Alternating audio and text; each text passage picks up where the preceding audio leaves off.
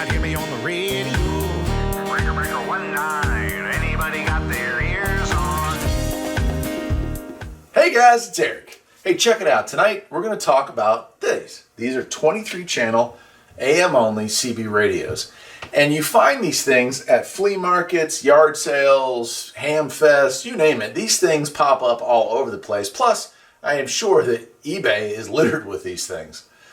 Now, is a 23 channel CB radio still worth anything in 2022, 23? Yeah, they really are. But let's go over why that is. First of all, when it comes to mobile CB applications, which is all three of these are mobile CBs, Channel 19 still is the most popular channel for AM communication.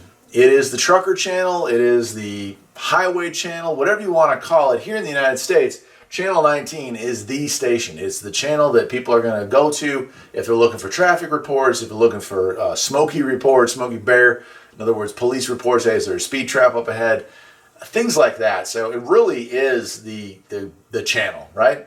So on a 23 channel, you have just what it sounds like, channels 1 through 23, which means that Channel 19 falls in there and is still going to be a very useful radio. My first radio, this radio right here, was a Pace 144. And I got that radio well into the era of 40 channel radios when the vast majority of radios installed in cars were 40 channel radios. It didn't bother me at all because Channel 19 was there. And in my area at the time, which is really weird because on the opposite coast, 25 years later, 30 years later, actually, gosh, more than 30 years now, Channel 14 is the channel here and was the channel there, so who knows why that is. Now, there are some areas like Raleigh where Channel 35 is the local channel, and that is actually what caused me to end up buying a 40 channel radio eventually. But for someone looking to get into this hobby ultra cheap, I'm talking $3 to $5 for a radio, there are some bargains to be found. In fact, there are some models that are available in sideband that you can get for less than $10 at yard sales, at flea markets, or occasionally on eBay. Taking a look at these three right here, we have kind of the gamut.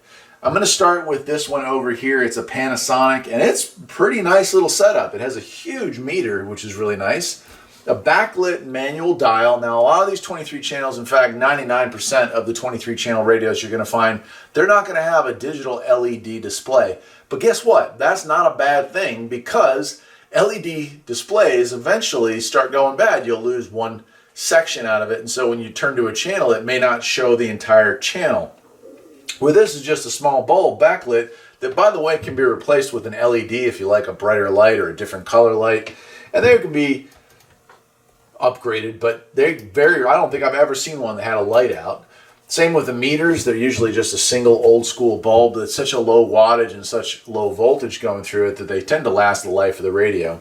Now, some of the features you'll see, and I'll zoom in a little closer on this one here, is you're going to see some stuff that you don't find on modern radios. And on this Panasonic, that would be this, Delta Tune. You may actually still need Delta Tune, but probably only if you're listening to another older radio like this. Delta Tune is when your receiving station, you're pulling in a signal, and that signal is slightly off of frequency, and I mean slightly. So Delta Tune was there to kind of help. It's like a clarifier on a sideband radio. It allows you to make sure that if they're just a little bit off frequency, you tune that dial back in, and you're back right on the money. So that's what Delta Tune is. For most modern radios, you do not see Delta Tune anymore on an AM or AM/FM model. It's just kind of gone away because radio technology has gotten good enough that we don't really talk off frequency very often. Now, this model, being old as it is, still has automatic noise limiter, so that's nice. Still has squelch and still has volume control. Another thing to be remembering when it comes to the older radios is they may not be standard 4-pin mics. This one happens to be the Panasonic, and this one even has the original Panasonic microphone, which is kind of cool. And so that's something. And I picked this up. This was a whopping $2 right here. This was not an expensive radio. And that's usually the case. When you get these radios, they're very inexpensive, and that's the deal.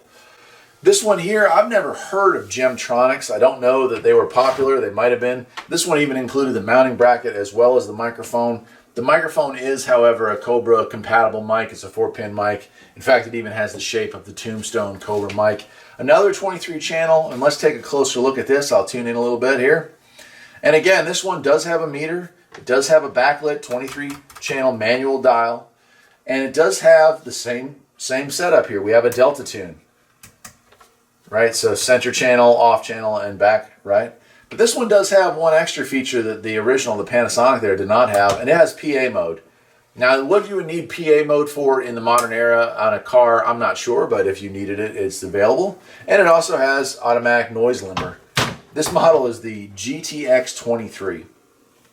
And so here we go again with one that's, you know, a basic entry-level radio, but one that certainly would still work. In fact, it does. As ugly as it is, it's even rusty on the top, it still functions, and all 23 channels work. This last one here has a special place in my heart because, like I said at the beginning of this, it is the first radio I ever owned as far as a mobile install. I had a walkie-talkie before that, but this was the first one I got to put in a car, and it's a great little radio. It is actually a really loud talker. It actually is a really nice little radio. It just doesn't have a lot of the features that the modern ones does. But if you look carefully, we still have our backlit manual dial, 23 channels, and we do have some extra. We do have our Delta tune, but it may be hard to see even zoomed in here. But this one here has 2 dials. So each of these 2 controls actually does 2 things. The back one here is our Delta tune. The front one here is our squelch. And on this one actually has an extra feature, and that is RF gain. And then we have our volume and on-off here. Switch-wise, we have A&L, automatic noise limiter, on and off. This one adds noise blanker, on and off. And this one also has a PA system. So you'll see that depending on which 23-channel radio you come by, you can get ones that are fairly well equipped. This radio competes pretty well with a 40-channel radio in the entry-level market right now. So the limitations of these aren't really what they can do. I guess the limitation is just those extra channels. From 23 to 40, you're not going to hear it. Now, if we're talking sideband, that becomes more important because on sideband, you're losing out on the channel 35 through 40, which traditionally tend to be sideband traffic. Not always. In Raleigh, 35 was still used for AM traffic mainly. 38 is the calling channel on sideband these days, and so 36 to 40 is usually where you find people, but 35 also gets used as well. That being said, on an AM radio, I highly doubt you're going to find a station that is not clear for you to talk if you want to get off of channel 19. You still have all the others. And with channel 9 pretty much being abandoned as an emergency channel, you can really open that channel up to regular communication. There's still kind of a gentleman's agreement on that, not to use 9 for anything but emergencies, although I have not heard any emergency communication on channel 9 in probably 15 years going on, maybe even longer than that. So just be aware of that. Now, things to look for when you're buying a radio is that these are so old now that a lot of them have just stopped working. But what I will say is the capacitors in these tend to be of a much higher, more robust quality. And so I very rarely have caps that have leaked or gone bad. And as far as transistors go, many of these are crystal controlled. So you're looking at kind of like an analog way of doing things with this. This one here, if you opened it up, is full of crystals and a crystal controller, obviously. But it's amazing how primitive looking it looks compared to opening up, say, a brand new President radio. It's a different era. But a lot of people say that these actually end up sounding better. So in the end, I'm going to say, yeah, they're worth it. You can get one of these if you were on a super budget, or if you were just trying to get into the hobby and want to get your foot wet and see, hey, is this something that might be interesting to me? If you can get one of these for $5 or less and hook it up to an antenna, well, then you're on the air for like no money at all, right? You're in the money for pocket change these days, unfortunately. But be sure if you find a 23 channel radio, try to get one that comes with a mic, even if it's not the mic that came with it. If it has a mic with it, chances are it's been wired up properly and should work fine. And so that's it. I guess to the end of this conversation, we'll talk about sideband a little more.